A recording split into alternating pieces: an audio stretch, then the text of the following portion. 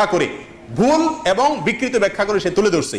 আমরা কয়েকটা হাদিসের শুধু সামান্য প্রাথমিক অংশ যদি বলি তাহলে আপনাদের কাছে পরিষ্কার হবে, দাজ্জাল এটা মানুষ, একজন ব্যক্তি, এটা কোনো কি না, সভ্যতা না। এটা হলো তার ইসলামকে, সালাতকে সে বিকৃতি করেছে, হজকে সে বিকৃতি করেছে, কোরআনকে সে বিকৃতি করেছে। তারা দাজ্জাল ইসলামের কিয়ামতের একটা বড় আলামত, সেটাকেও তারা কি করেছে, বিকৃতি করেছে। তারা বলে এটা নাকি আপনার একটা সভ্যতা, ইহুদি খ্রিস্টান সভ্যতা। অথচ নবী সাল্লাল্লাহু আলাইহি সাল্লাম এর বহু হাদিসে ব্যাপারে আছে। বুখারীর একটা হাদিসে আসছে, নবী সাল্লাল্লাহু আলাইহি সাল্লাম বলেছেন যে একবার আমি ঘুমে ছিলাম, স্বপ্নে দেখছিলাম যে আমি তওয়াফ করতেছি।